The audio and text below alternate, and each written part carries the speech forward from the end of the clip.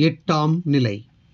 இயேசு தன்னை பின்தொடரும் பெண்களுக்கு ஆறுதல் சொல்லுகிறார்.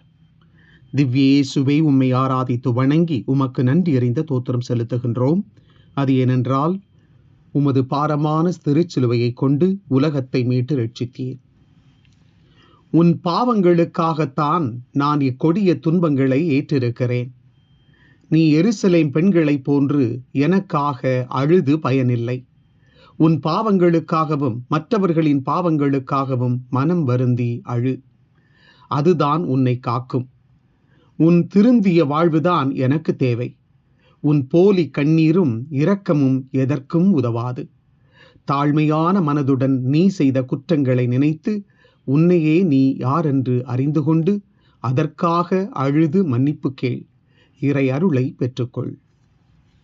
ஜெபம். எருசலேம் பெண்களை சந்தித்த இயேசுவே, என்னையும் சந்திக்க வாரும். என்னில் உள்ள நன்மைகளையும் தீமைகளையும் உணர்ந்து நல்லதை வளர்க்கும் மனப்பக்குவமும் தீமையை விலக்கும் தைரியமும் எனக்கு வேண்டும்.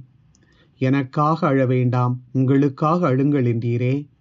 என்னையே நான் நியாயப்படுத்துவதை விட என் உண்மையான நிலையை ஏற்றுக்கொள்வதே எனக்கு நன்மை பயக்கும் என்பதை உணரச் செய்யும். ஆமென். எங்கள் பேரில் தயவாயிரும் சுவாமி, எங்கள் பேரில் தயவாயிரும். மரித்த விசுவாசிகளுடைய ஆன்மாக்கள் இறைவனுடைய இரக்கத்தினால் நித்திய சமாதானத்தில் இளைப்பாற கடவன. ஆமென்.